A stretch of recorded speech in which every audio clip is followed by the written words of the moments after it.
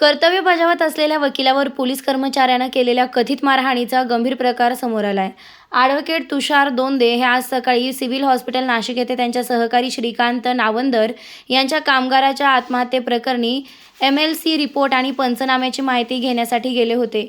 यावेळी तेथे कार्यरत असलेले पोलीस हवालदार विश्वजित राणे यांनी कोणतेही वैध कारण नसताना अधिकाराचा दुरुपयोग करत अरेरावीची भाषा वापरली, धक्काबुक्की केली, शारीरिक मारहाण केली, तसेच आईवरून शिवीगाळ करत तुला या गुन्ह्यात अडकवतो अशी धमकी दिल्याचा आरोप करण्यात येत आहे.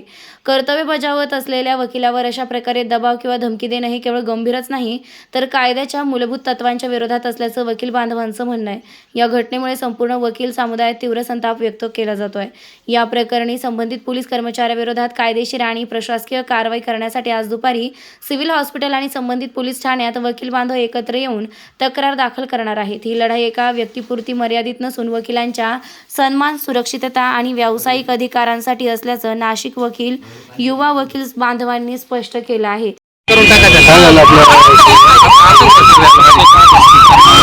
त्यांचा सकाळी मला फोन आला तर त्यांच्या कामगारांनी फाशी घेतली. तिथून आम्ही नांदूर नाक्याला गेलो. तिथून सिव्हिल हॉस्पिटलच्या ॲम्ब्युलन्समध्ये टाकून सिव्हिलला भेटले. त्याच्यानंतर MLC रिपोर्ट घेऊन आम्ही पोलीस चौकीला गेलो. तिथे कित्येक वेळ थांबल्याच्यानंतर ते आटोपवर आलं. त्याच्यानंतर आम्ही दरवाजा उघडला पण म्हटलं साहेबमध्ये येऊ का?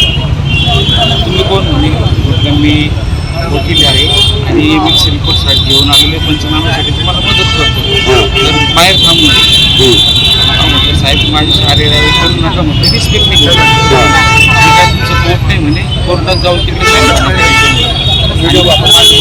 त्यांनी वकिलांना मला धक्काबुक्की करून बाहेर काढून दिलं. त्याच्यानंतर व्हिडिओ चालू केल्याच्यानंतर परत त्यांनी माझ्या कानाखाली मारलं. त्यांचं नाव काय? त्यांचं नाव विश्वजित राणे. कोण होतं? PI constable? मला माहिती कारण त्यांनी जॅकेट घातलेली त्याच्यामुळे मी त्यांना नाव. आता तुम्ही कंप्लेंट वगैरे नोंदवली का त्यांच्या विरोधात? चर्चा केली. मग आता पुढचं भूमिका काय राहणार? आता आम्ही CP साहेबांच्या कार्य